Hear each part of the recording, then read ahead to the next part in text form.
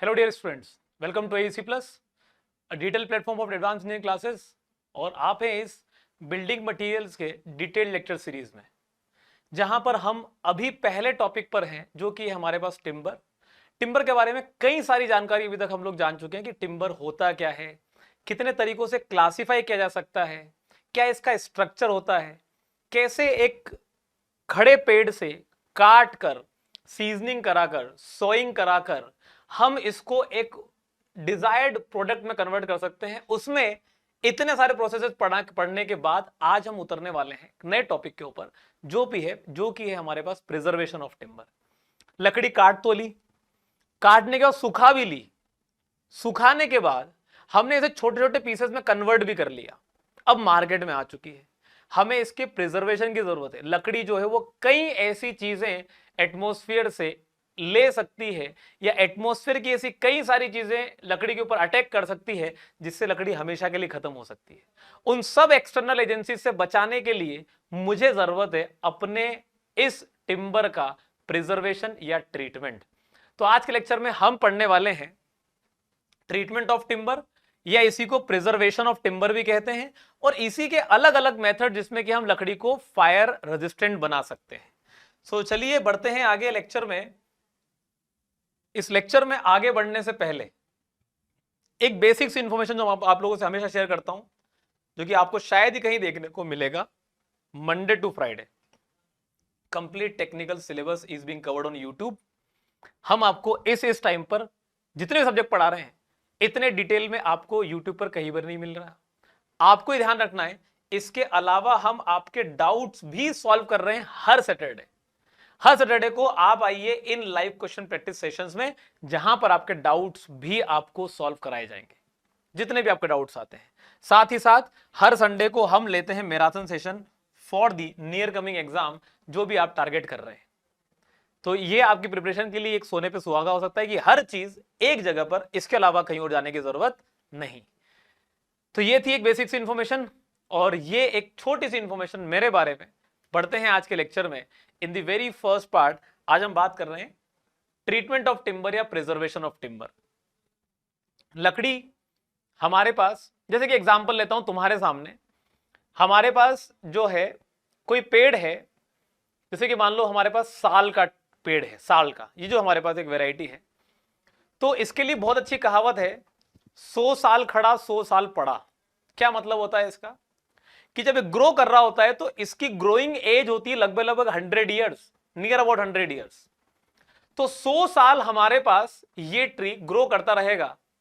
और अगर आपने इस ट्री का वुड 100 साल की उम्र पर काटा, और अगर आपने उसको अच्छी तरीके से प्रिजर्व करा लिया मतलब ट्रीटमेंट करा दिया। किस लिए ट्रीटमेंट कराएंगे? लकड़ी जो है पानी के कांटेक्ट में आएगी तो सड़ सकती है, लकड़ी अगर नमी वाले रीजन में रही तो उस पर फंगस ग्रो कर सकती है, लकड़ी के ऊपर दीमक ग्रो कर सकती है। इन अलग अलग चीजों से लकड़ी को कई नुकसान होता है, और लकड़ी की जितनी लाइफ होती है वो पूरी तरीके से खत्म हो जाती है।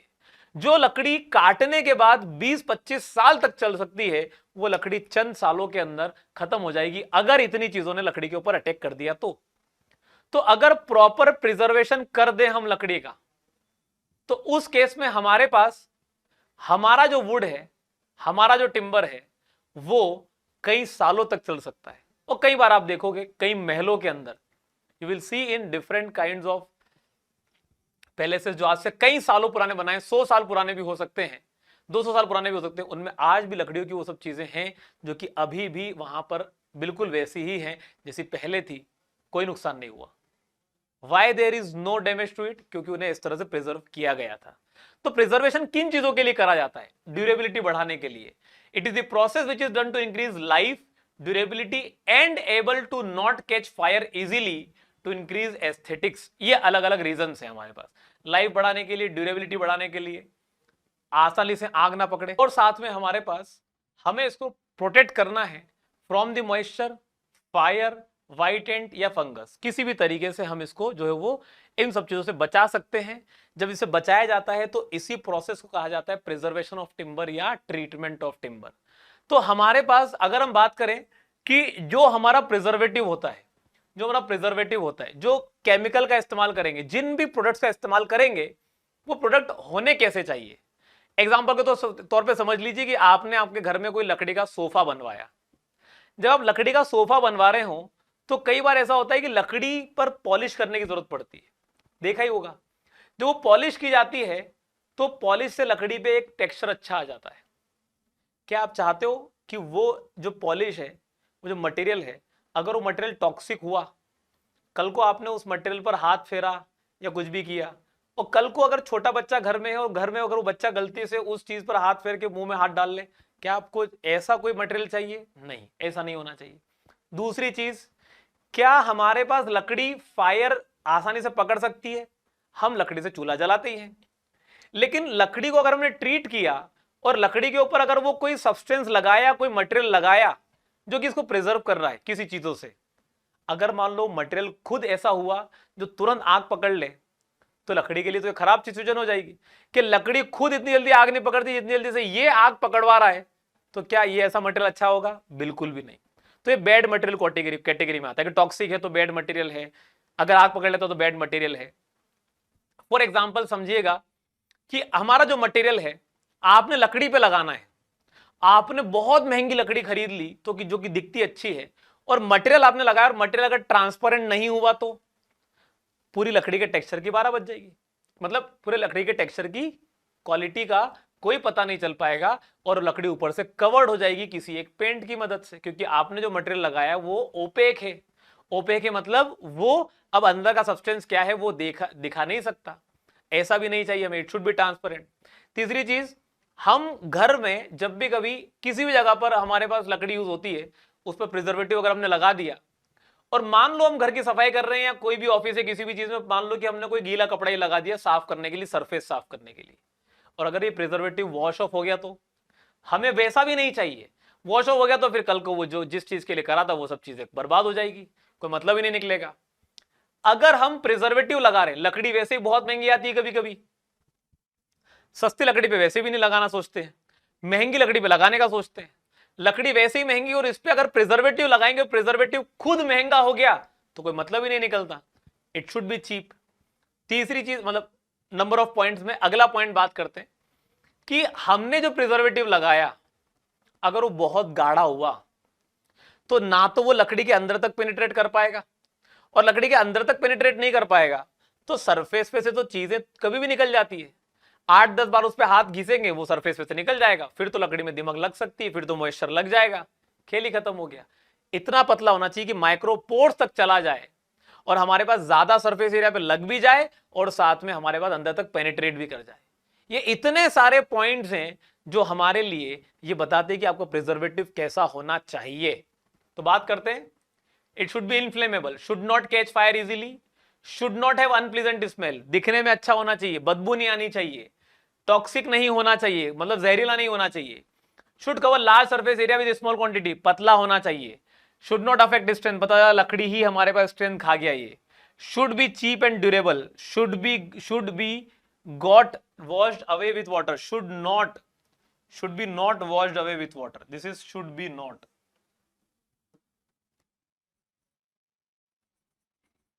या शुड नॉट।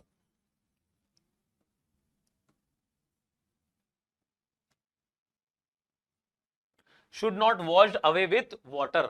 तो ये हमारे पास इनकी प्रॉपर्टीज हैं, ठीक है। हमारे पास हम प्रिजर्वेटिव कितने प्रकार के यूज करेंगे, अभी जितने डिस्कशन किए, पानी से बचाना है तो मॉइस्चर का प्रिवेंशन करना है, फंगस से बचा सकते हैं, इंसेक्ट से बचा सकते हैं, फायर से बचा सकते हैं। तो protecting wood from moisture, fungus, fire, insect, किसी से ही बचा लो, इन सब के लिए प्रिजर्वेटिव आते हैं। Coming on to the very first one, हमारे पास कहलाता है ASCU treatment, arsenic copper treatment. ऐसा कुछ हमारे पास सोल्यूशन दिखाई देगा, तुमने कई बार देखा भी होगा, बहुत ज्यादा इसकी स्मेल होती है, 3-3 दिन 4-4 दिन तक नहीं जाती। यही कारण है कि हमारे पास इसकी वजह से हमारे लकड़ी में दीमक नहीं लगती। इसी को कहते हैं एंटी टर्माइट सोल्यूशन। किसने डेवलप किया? फॉरेस्ट रिसर्च इंस्टीट्यूट देहरादून ने डेवलप किया। कैसे डेवलप किया? हमारे पास कुछ मात्रा का आर्सेनिक ऑक्साइड मिलाया, कुछ मात्रा कॉपर सल्फेट मिलाया, कुछ मात्रा का हमारे पास पोटेशियम डाइक्रोमेट मिलाया। कितने कितने पार्ट्स में मिलाए, जरा ध्यान से समझना। हमने एक पार्ट इसका लिया, एक पार्ट इसका लिया, 3 पार्ट इसके लिए सब पाउडर फॉर्म में, और 4 पार्ट इसके लिए। समझना जरा कैसे लोगे, 1 पार्ट, 2 पार्ट, 4 पार्ट, 6 पार्ट, समझो जरा। आपने कंटेनर लिया और एक कंटेनर को पूरा भर के आपने एक बड़े से ट्रे में खाली कर दिया। किसका लिया? एक कंटेनर आपने लिया आर्सेनिक ऑक्साइड का, बड़े से कंटेनर में खाली कर दिया। फिर आपने उसी कंटेनर से 3 बार कॉपर सल्फेट लिया, फिर बड़े कंटेनर में खाली कर दिया। फिर उसी कंटेनर से आपने 4 बार K2Cr2 लिया, इन सबको मिक्स कर दिया। ये बन गया आपके पास आपका रिक्वायर्ड पाउडर। सबको मिक्स कर दिया। फिर आपने क्या किया, थोड़ा ध्यान समझना क्या किया। वही कंटेनर है आपके पास, उस कंटेनर में से अब मतलब उस कंटेनर से अब आपने उस मिक्सचर को भरा। इस मिक्सचर में क्या क्या है? 1 पार्ट है आर्सेनिक ऑक्साइड का, 3 पार्ट है कॉपर सल्फेट के, 4 पार्ट है पोटेशियम डाइक्रोमेट के। इसे एक बहुत बड़े बकेट में खाली किया और फिर उसमें आपने डाल दिया क्या? पानी। सॉल्यूशन बनाना है तो आपने ये जो पाउडर मिलाया था ना बहुत सारा, इन सब से मिला के इसका एक कंटेनर लिया, डाल दिया, एक और कंटेनर लिया, डाल दिया, एक और कंटेनर लिया, डाल दिया, ऐसे 6 बार डाला। कितनी बार डाला? 6 बार डाला। और उसी में आपने मिलाया 100 बार पानी उसी कंटेनर से। समझिएगा जरा। Now after mixing all this 6 parts of total powder, now this mixing all this, after mixing all this, इन सबको मिक्स करने के बाद आपने 6 पार्ट किसके लिए? 6 part of total powder is mixed in 100 parts of water to make a solution and then applied on wood to make it fire resistant, to make it resistant to white ant, जिसे कहते हैं termite. Termite को white एंट भी कहते हैं, दीमक जिसे दीमक कहते हैं, दीमक को ही व्हाइट एंट भी कहते हैं, टर्माइट भी कहते हैं। तो हमारे पास इससे बचाने के लिए आर्सेनिक कॉपर ट्रीटमेंट किया जाता है। ये बना बनाया आता है मार्केट में, इस तरीके से बिकता है। ठीक है, चलिए बढ़ते हैं आगे। On to the next part. ASU treatment किस लिए होता है? व्हाइट एंड से बचाने के लिए। अगला है हमारे पास कोल टार। ये देखो, आपने लकड़ी के ऊपर अगर क्या लगा दिया? कोल टार लगा दिया। कोल टार क्या होता है? जो कोयला होता है, उस कोयले को जब हम जमीन में से निकालते हैं तो वो हमारे पास बहुत ज्यादा रॉ फॉर्म में होता है। उसकी प्रोसेसिंग करते हैं तो उसमें से कोक अलग निकलता है, उसमें से हमारे पास कोल टार अलग निकलता है, कुछ गैसेस निकलती हैं। तो जो वो सब जो कोल टार होता है, जो सबसे आखिरी प्रोडक्ट बचता है, तो जो वेस्टेज है उसी का हम यूज कर लेते हैं, उसी को हम फर्दर लकड़ी के ऊपर अप्लाई कर देते हैं। क्यों अप्लाई कर देते हैं? कल को मुझे इस लकड़ी का मॉइस्चर से कांटेक्ट दूर रखना है, तो अगर ये एक लेयर के रूप में लकड़ी के ऊपर लगा रहेगा तो मॉइस्चर लकड़ी तक जा ही नहीं पाएगा। तो सर इससे तो फिर लकड़ी खराब दिख रही है ना हमारी, क्या फर्क पड़ता है? ऐसी लकड़ी पे लगाएंगे जहां पर हमें उसके दिखने ना दिखने से फर्क ही नहीं पड़ता। जनरली जब लकड़ियों को जमीन में गाड़ा जाता है एज दी पाइल के फॉर्म में, एज पोल के फॉर्म में, तो वो तो जमीन के अंदर है। अब जमीन में तो मॉइस्चर आता है, अगर वो मॉइस्चर लकड़ी में लगा तो लकड़ी सड़ना लग जाएगी। आपने उसी लकड़ी पर लगाया जिस लकड़ी पर आपको दिखाने से मतलब ही नहीं है। जब भी पीस ऑफ वुड हमारे पास अंडरग्राउंड जमीन के अंदर गाड़ा जाएगा, उस केस में लकड़ी के ऊपर कोल टार लगाकर वाटर रेजिस्टेंट बनाया जाता है। Process is called tarring process. It is application of coal tar over the surface of timber. It increases fire and water resistance both, दोनों से रेजिस्टेंस डेवलप कर देती है। टार क्या होता है? Tar obtained from destructive distillation of coal या wood. बहुत पतला सा हमारे पास लिक्विड होता है, डार्क ब्लैक लिक्विड होता है, और टार के पास एक अनप्लीजेंट स्मेल होती है, इसलिए इसे लकड़ी को ऐसी लकड़ियों पर नहीं लगाया जाता जो कि हमें दिखानी भी अच्छी हो और जो हमें कहीं इंटीरियर में यूज करना हो। पता चला आपने किसी घर के अंदर वाले लकड़ी पर अगर ये कोल टार लगाकर प्रिवेंशन करने की कोशिश करी, 2-2 महीने तक उस रूम में से स्मेल नहीं जाएगी डामर की, मतलब तो टार की। हमारे पास ऐसे में हमारे पास जो है वो ये बहुत ज्यादा मुश्किल हो जाएगा उस कंडीशन में सर्वाइव करना। तो कोल टार किस लिए यूज होता है? To increase fire and water resistance, जिसमें से वाटर रेजिस्टेंस बहुत इंपॉर्टेंट है। फायर रेजिस्टेंस थोड़ा बहुत डेवलप कर पाता है, लेकिन water resistance is most important. ठीक है, अगली कंडीशन है हमारे पास, then the condition that we have, एक होता है हमारे पास सॉलिग्नम पेंट्स। क्या होते हैं पेंट्स? अब जो आपने एएसयू ट्रीटमेंट देखा, वो आपके पास एक ट्रांसपेरेंट कलरलेस लिक्विड होता है, लकड़ी पे लगा दो। कभी कभी क्या होता है, लकड़ी का सरफेस अगर छुपाना हो तो कलर के अंदर ही ऐसे टॉक्सिक लिक्विड मिला दिए जाते हैं। तो हमारे पास जैसे कि आप यहां देख रहे हो सॉलिग्नम वुड प्रिजर्वेटिव लिखा हुआ है जो कि ब्राउन कलर का है, लकड़ी के ऊपर लगाया जा सकता है, लकड़ी पे ब्राउन कलर का एक हमारे पास जो है वो एक पैटर्न बन जाएगा, एक शाइनिंग आ जाएगी। तो it is a highly toxic liquid plus the paint material दोनों मिला दिए, दीमक से अच्छा प्रिवेंशन कर लेता है। और अगर आपने चाहा कि आपके पास एस्थेटिक्स भी अच्छा हो जाए, ठीक है, व्हाइट एंड के साथ साथ, तो आप जाकर इसको मिलाते हैं, improve aesthetic appearance along with the prevention from white and. तो नाम ध्यान रखिएगा, व्हाइट एंड से प्रिवेंशन, एक तो हो गया एएसयू ट्रीटमेंट, एक हो गया सॉलिग्नम पेंट्स। एक और तरीका है लकड़ी को बचाने का, किस चीज से बचा सकते हैं? ऑयल पेंट लगा दो आप। जब आप लकड़ी के ऊपर ऑयल पेंट लगा दोगे तो भी हमारे पास क्या होगा? मॉइस्चर से प्रिवेंशन हो जाएगा। ऑयल पेंट में हमारे पास ऑयल का बेस यूज होता है जो कि अलग अलग प्रॉपर्टी रखता है। प्रॉपर्टी रखता है मतलब क्या? पेनिट्रेट हो सकता है हमारे वुड के अंदर। हमारे पास अगर हमने ऑयल पेंट लगा दिया तो ऑयल पेंट से क्या होता है कि हमारे पास बेस तो इसका ऑयल होता है, लेकिन ऑयल पेंट की भी लाइफ बढ़ाना हो तो उसके ऊपर वार्निश फेर दो। वार्निश क्या होता है?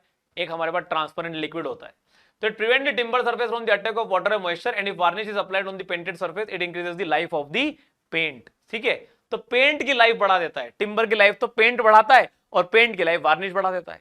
तो ये हमारे पास तरीका हुआ हमारे ऑयल पेंट्स को यूज करके हमारे टिम्बर को प्रोटेक्ट करने का। और क्या तरीका, और क्या कर सकते हैं हम? केमिकल सॉल्ट्स का इस्तेमाल कर सकते हैं। बड़े बड़े चेंबर होते हैं, लकड़ी को अंदर डाल देते हैं, चेंबर क्लोज कर देते हैं, फिर लिक्विड को प्रेशराइज करके अंदर पेनिट्रेट कराया जाता है। ऐसे में हमारे पास जितने भी ये केमिकल सॉल्ट्स होते हैं, जब आपने सीजनिंग पढ़ा होगा तो इनका नाम जरूर सुना होगा। यही हमारे पास ZnCl2, हमारे पास HgCl2, CuSO4, ये जो केमिकल्स होते हैं इनकी एक प्रॉपर्टी अच्छी होती है कि वुड के अंदर तक अच्छा खासा पेनिट्रेशन कर पाते हैं। और अच्छा खासा पेनिट्रेशन करने पर जो है लकड़ी को अंदर से प्रोटेक्ट तो कर ही लेते हैं, सीजनिंग भी अच्छे करा देते हैं और लकड़ी की लाइफ अच्छी बढ़ जाती है हमारे पास। ठीक है, हमारे पास यहां पर it prevent the timber surface from the external agencies like acid, base या वाटर, किसी के भी एक्शन से बचा सकता है। Using chemical salt during seasoning fulfil this purpose also. अगर सीजनिंग आपने केमिकल सॉल्ट से कराई तो एक ही तीर से दो निशाने चल जाते हैं, प्रिजर्वेशन भी होता है और सीजनिंग भी हो जाती है। It makes timber more durable, लंबी लाइफ कर देता है। Since the salts have good penetration ability they also increase the life of timber. लकड़ी बहुत ज्यादा लंबी चल पाती है इनकी वजह से।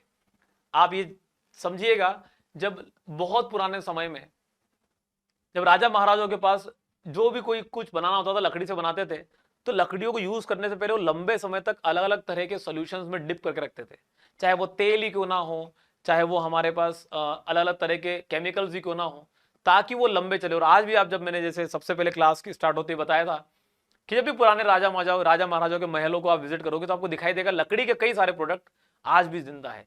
कुछ कुछ महलों में तो आज भी वो जो हमारे कॉलम्स होते हैं, जो हमारे पिलर्स होते हैं, वो लकड़ी के बने हुए हैं। कैसे इतने लंबे समय तक? वो इसी के प्रिजर्वेशन की वजह से। Another method is creosoting. What is क्रियोसोटिंग?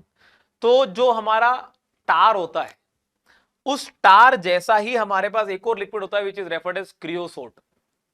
हम उस क्रियोसोट का यूज कर लेते हैं हमारे लकड़ी के प्रिजर्वेशन के लिए।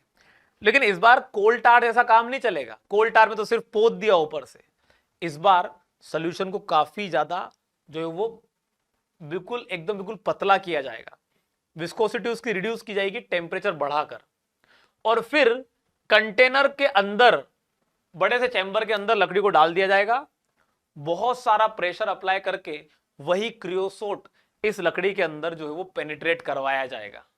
ऐसे करने पर लकड़ी जो है वो हमारे पास फायर रेजिस्टेंस बहुत अच्छा डेवलप कर पाती है, वाटर रेजिस्टेंस बहुत अच्छा डेवलप कर पाती है। फायर रेजिस्टेंस थोड़ा कम होता है, वाटर रेजिस्टेंस बहुत अच्छा डेवलप हो जाता है। तो हमारे पास यहां पर ऑल्सो नोन एज बेथल्स प्रोसेस भी कहते हैं इसको। सबसे बेस्ट ट्रीटमेंट मेथड है हमारे पास। सबसे पहले टिम्बर सेक्शन को एक एयर टाइट चेंबर में प्लेस करेंगे, एयर को रिमूव करेंगे from the chamber, means vacuum is applied. Air क्यों रिमूव करेंगे? क्योंकि हमें एक ऐसा सब्सटेंस डालना है जो कि वुड के अंदर अच्छे से पेनिट्रेट हो सके। Creosote oil having temperature 500 degree Celsius लिख दिया है मैंने गलती से, यहां पर 500 डिग्री सेल्सियस नहीं होगा, it is going to be 50 degree Celsius. 50 degree Celsius के बराबर के टेम्परेचर को हम मेंटेन करके हमारे इस क्रियोसोट ऑयल को हम 0.7 से 1 मेगापास्कल के प्रेशर पर पेनिट्रेट कराते हैं लकड़ी के अंदर 1 से 2 घंटे के लिए। ऐसा करने पर हमारे पास हमारा जो क्रियोसोट ऑयल है वो फंगस के लिए, मॉइस्चर के लिए एकदम बिल्कुल जो है वो कारगर होता है। फंगस का अटैक बिल्कुल नहीं होने देता, मॉइस्चर हमारे लिए बहुत अच्छा प्रिवेंट कर पाता है। ये रहा हमारे पास वो liquid. Creosote is a dark black thinner liquid obtained from distillation of tar. Tar से ही और डिस्टिलेशन करके निकालते हैं। It prevent timber from moisture and fungus both, दोनों से हमारे पास अच्छा खासा प्रिवेंशन करा पाता है। साथ ही साथ जब टेम्परेचर की बात करें तो टेम्परेचर क्यों बढ़ाते हैं इसका, क्योंकि इसकी विस्कोसिटी क्या करनी होती है, रिड्यूस करनी होती है। ऐसा करने पर लाइफ टिम्बर की हमारे पास बढ़ जाती है। और चूंकि क्रियोसोट से ट्रीटमेंट कर रहे हो, लकड़ी दिखाई अच्छी नहीं देगी लेकिन क्वालिटी बहुत अच्छी होगी। जनरली रेलवे स्लीपर्स या पोल्स के रूप में यूज कर लेते हैं, जिसका हमें एस्थेटिक से कोई मतलब है नहीं। ये मेथड कमर्शियल यूज में हमारे पास सबसे ज्यादा यूज होती है और इंटीरियर वुड के लिए बिल्कुल भी काम में नहीं आती। This method of treatment is never used for interior woods because it is unpleasant, बिल्कुल भी अच्छा नहीं होता। क्लियर है पॉइंट ये? So these are few of the method जो कि हम हमारे टिम्बर में चाहे फंगस से प्रिवेंट करना हो, मॉइस्चर से प्रिवेंट करना हो, या हमें टर्माइट से, दीमक से प्रिवेंट करना हो, कई सही तरीकों से हम ट्रीटमेंट कर सकते हैं। एक हमारे पास तरीका होता है विच इज रेफर्ड एज, हमारे पास various methods to make timber fire resistant. एक होता है एंटीपायराइंस। एंटीपायराइंस हमारे पास वो केमिकल्स होते हैं जिनको हम लकड़ी के सरफेस पर लगाते हैं, और जब कभी किसी जगह पर आग लगेगी और वो लकड़ी के कांटेक्ट में आ रही होगी, तो ये जो केमिकल तुमने लकड़ी के ऊपर लगाया है ये तुरंत आग के प्रेजेंस में वहीं पर पिघलना चालू हो जाएगा या फिर फ्यूम्स डेवलप करना चालू करेगा। तुमने CO2 के बारे में सुना है कि जब लकड़ी पर कहीं पर भी आग लगती है तो उसे आग को काबू पाने के लिए फायर एक्सटिंग्विशर यूज करते हैं। CO2 का होता है, उस सरफेस पर लगाते हैं ताकि उस सरफेस पर CO2 की लेयर बन जाए, और CO2 की लेयर बनेगी तो उससे होगा क्या, ऑक्सीजन नहीं मिल पाएगी आग को भपकने के लिए, तो ऐसे में आग कंट्रोल हो जाएगी। सेम काम ये एंटीपायराइंस करते हैं। जैसे ही लकड़ी के सरफेस पे लगाए दिखाई नहीं देगा, लेकिन जब कल को आग लगेगी तो आग के कांटेक्ट में ये पिघलना चालू कर देगा या तो, और पिघलेगा तो लकड़ी का कांटेक्ट आग से नहीं हो पाएगा, इस लिक्विड से होगा। लिक्विड ज्वलनशील नहीं होता, ज्वलनशील नहीं होता तो लकड़ी का कांटेक्ट बहुत देर तक बचा सकता है। मान लो कि आधे घंटे में हमने आग पे काबू कर लिया तो आधे घंटे तक का प्रिवेंशन कर सकता है। एक तरीका ही हुआ। या फिर जैसे ही आग लगेगी, आग की चपेट में लकड़ी आई तो ये फ्यूम्स डेवलप करना चालू करेगा, जो आग को लकड़ी तक पहुंचने देगी, ऑक्सीजन को लकड़ी तक पहुंचने नहीं देगी। ऐसे में लकड़ी पर आग नहीं लगेगी। तो हमारे पास antipyrines best to make fire resistance. Generally when temperature increases this chemicals either melt और produces fumes which resist the wood from burning. Chemical हम जो है वो लगाते हैं, वो 2 कोट्स ऑफ बोरेक्स या सोडियम आर्सेनिक लगाते हैं 2%। इससे हमारे पास जो है वो हमारा फायर रेजिस्टेंस बेहतर तरीके से हो पाता है। अगर वहीं पर बात करें, और भी तरीके हैं हमारे पास, जैसे कि सर एबल्स प्रोसेस हो गया, या फिर हमारे पास लकड़ी को अमोनियम सल्फेट सोल्यूशन में डुबा के रख दो, अपने आप फायर रेजिस्टेंस डेवलप हो जाएगा। तो एक तरीका हुआ बाय द यूज ऑफ एंटीपायराइंस, जिसमें ये केमिकल यूज होते हैं, बहुत इंपॉर्टेंट है, बोरेक्स और सोडियम आर्सेनिक। ध्यान रखिएगा कितनी % स्ट्रेंथ के साथ। अगर आपको ध्यान रखना है कि इसके अलावा और क्या यूज होता है, तो एक है सर एबल्स प्रोसेस, सबसे बेस्ट प्रोसेस है।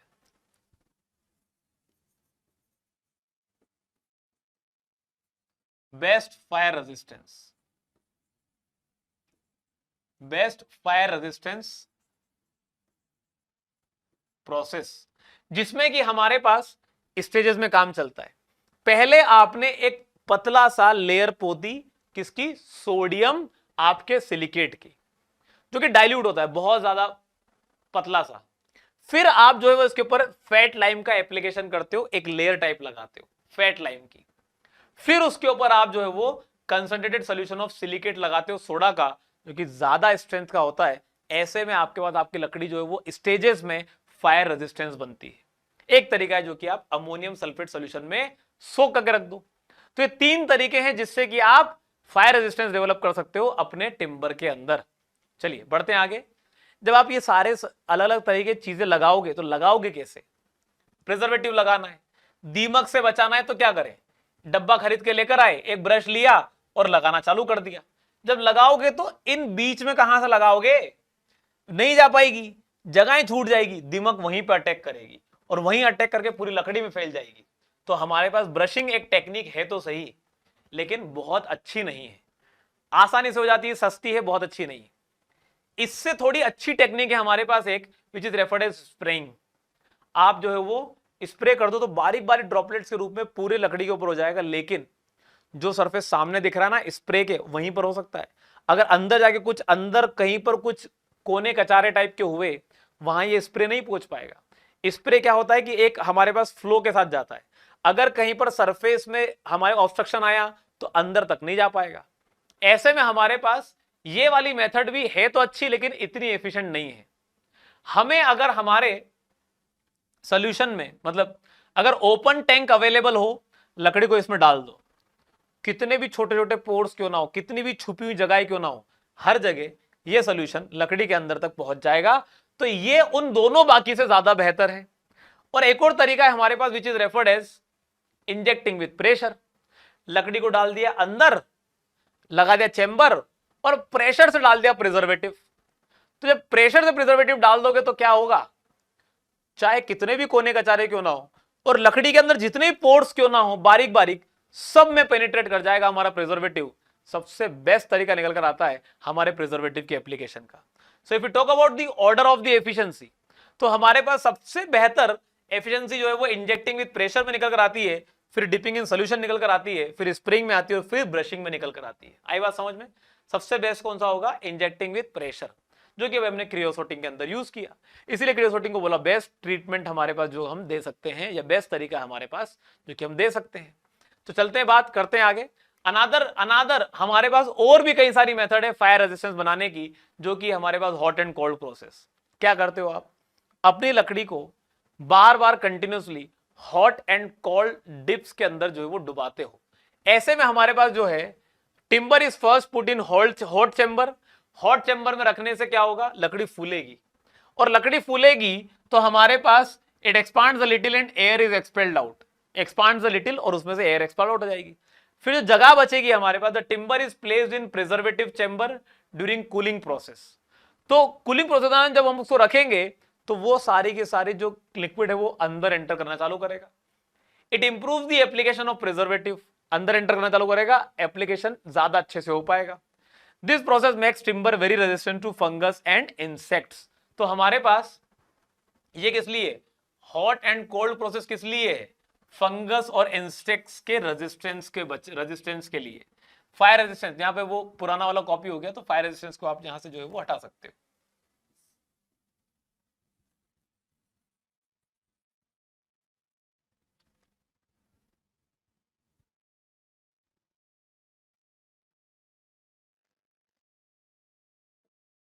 चलिए बढ़ते हैं आगे, coming on to the next one. एक है हमारे पास बुचरी प्रोसेस। जैसा कि आप इमेज में देख पा रहे हो, आपके पास ये जो यहां पर बकेट्स रखे हुए दिखाई दे रहे हैं, इनके अंदर है प्रिजर्वेटिव। क्या है इनके अंदर, प्रिजर्वेटिव।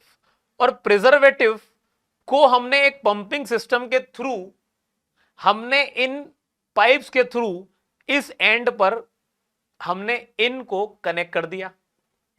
अब पंपिंग के थ्रू हम जो है वो यहां पर पंपिंग करना चाहते पंपिंग कर सकते हैं, या फिर इन कंटेनर्स को उठा के किसी हाइट पर रख देंगे।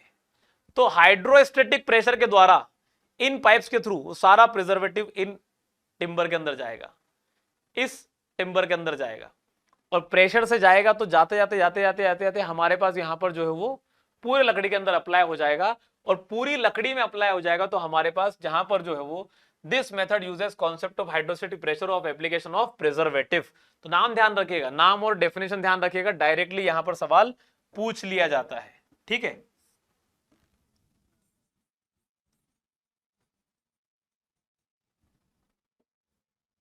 ये हमारे पास तरीका हुआ हमारे प्रिजर्वेटिव को लगाने का। एक और तरीका क्या होता है हमारे पास, विच इज रेफर्ड एज, हमें हमारे टिम्बर को फायर रेजिस्टेंस का पॉइंट सारी स्लाइड में कॉपी हो गया है।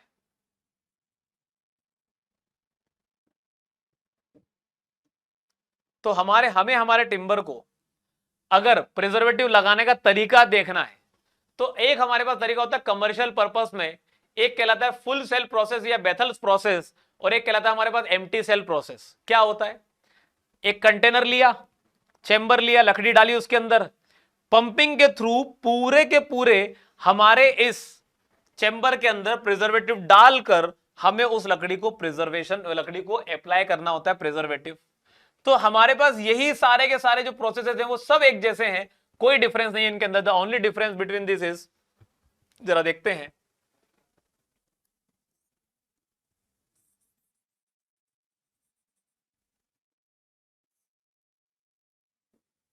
एक है हमारे पास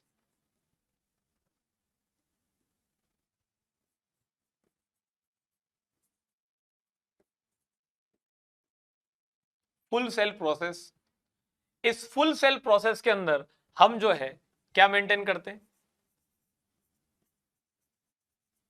वैक्यूम इज मेंटेन्ड,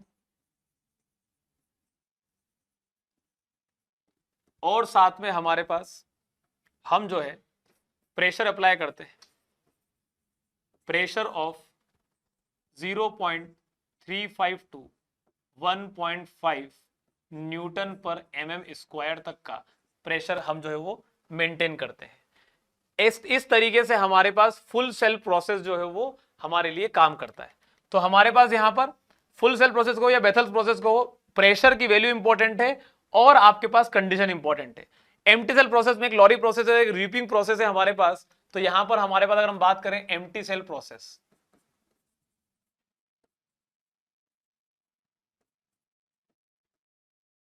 यहां पर vacuum is not maintained, vacuum is not maintained, vacuum maintain नहीं करते। बस अंतर इतना आता है कि यहां पर वैक्यूम की कंडीशन नहीं बनती, लेकिन बनता क्या है, यहां पर प्रेशर में डिफरेंस आ जाता है। यहां पर हमारे पास अगर हम बात करें लॉरी प्रोसेस की, या फिर अगर हम बात करें रीपिंग प्रोसेस की,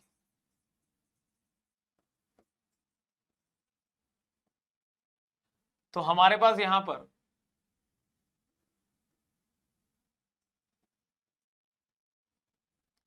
लॉरी प्रोसेस के अंदर प्रेशर जो हम मेंटेन करते हैं, pressure equal to 0.35 to 1.5 newton पर एमएम स्क्वायर। और रीपिंग प्रोसेस के अंदर जो प्रेशर की रेंज होती है हमारे पास, वो निकल कर आती है प्रेशर इक्वल टू 0.5 से 1.25 न्यूटन पर एमएम स्क्वायर। केस एक ही है, प्रेशर का डिफरेंस आएगा और आपके पास जो है वो वैक्यूम रखना है नहीं रखना है, उसी के बेसिस पे अलग अलग नाम पड़ जाते हैं मेथडों के। एक मेथड हमारे पास निकल कर आती है which is referred as the charring process. क्या कहलाती है हमारे पास, referred as the charring process. Charring process diagram देख के समझ में आ रहा होगा, सर लकड़ी तो जल गई, बिल्कुल जल गई है, लेकिन जलाई गई है इसे, और ऊपर की सरफेस जलाई गई है। हमारे पास ऊपर की सरफेस जलाई गई है, हमारे पास कितनी जलाई गई है, तो वो है हमारे पास यहां पर अगर हम देखें 10 से 15 एमएम तक की, 10 से 15 एमएम तक का सरफेस आपने जो है वो जला रखा है।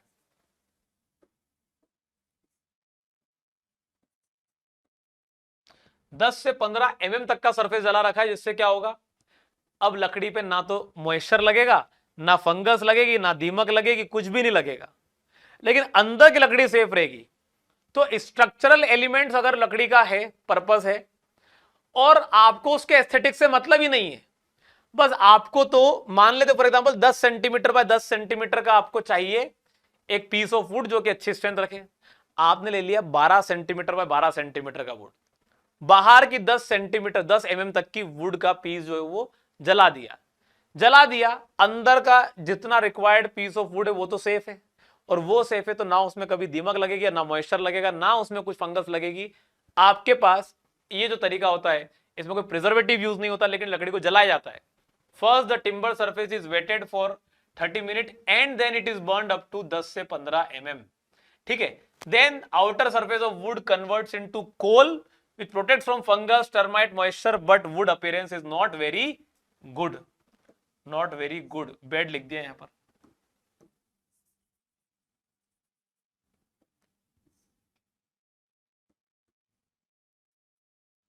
वुड अपीयरेंस इज वेरी, अच्छा मैं नॉट गुड मैं बोल रहा हूँ नॉट वेरी, हमने मिस्टेक कर दी ना इसमें, इज वेरी बैड, ठीक है, इज वेरी बैड, तो वुड अपीयरेंस खराब हो जाता है, ठीक है। तो ये थी हमारी कहानी लकड़ी पर लगाने वाले प्रिजर्वेटिव की। तो ये हम आज के लेक्चर में यहीं पर खत्म करते हैं, अगले लेक्चर में स्टार्ट करेंगे कि लकड़ी में जो डिफेक्ट्स आते हैं कैसे आते हैं। तो हमारे पास यहां पर आप ये जान लीजिए, अगर एसएससी जेईई प्रिपरेशन आपका मोटिव है तो आप सार्थक बैच में अपने आप को एनरोल कर सकते हैं, जहां पर आपकी प्रिपरेशन बहुत ही बेहतर तरीके से होगी। इंडिया में होने वाली कोई भी जेईई एग्जाम अगर आपका टारगेट है तो आप विजय बैच में अपने आप को एनरोल कर सकते हैं। अगर नॉन टेक पोर्शन आपका वीक है तो आप नॉन टेक का महापेक में एनरोल कर सकते हैं अपने आप को, और साथ में अगर आप एसएससी जेईई की प्रिपरेशन ऑलरेडी कर रहे हैं तो टेस्ट सीरीज में अपने आप को एनरोल करके अपने प्रिपरेशन को बूस्ट दीजिए। So thank you very much every one of you for joining in this session up till here. मिलते हैं अगले लेक्चर में, टिल देन गुड बाय।